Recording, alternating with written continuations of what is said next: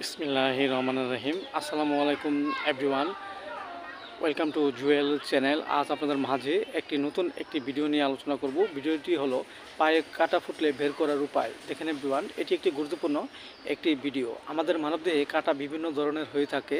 খেজুর গাছের কাটা, গাছের ছালের কাটা, পিন, পিরেক, লোহা ইত্যাদি বিভিন্ন ধরনের কাটা হয়ে থাকে। এভরিওয়ান, এই রোগটি আমাদের মাঝে হলে আমরা হোমিওপ্যাথিতে যে চিকিৎসা গ্রহণ করতে পারি। যেমন দেখা যাচ্ছে যে হঠাৎ যদি আমাদের পায়ে কোনো কিছু ফুটে এবং ফোটার ফলে খুব দপদপানি ব্যথা হয় এবং ব্যথাটি স্পর্শকাতর, হাত দিয়ে ছোঁয়া যায় না, এসব লক্ষণে আমরা যে ওষুধটি খেতে পারি সেটা হলো হিপার সালফ 30।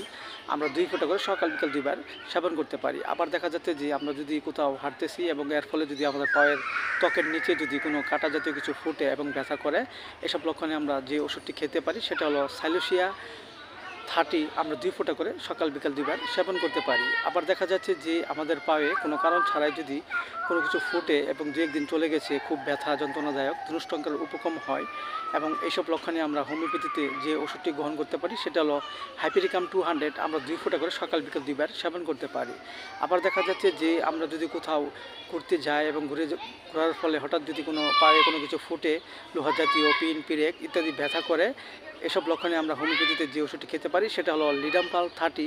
আমরা 2 ফোঁটা করে সকাল বিকাল 2 বার সেবন করতে পারি। পাশাপাশি আমরা একটি হোমিওপ্যাথি বায়োকেমিক বড়ি খেতে পারি, সেটা হলো সাইলোসিয়া 6S।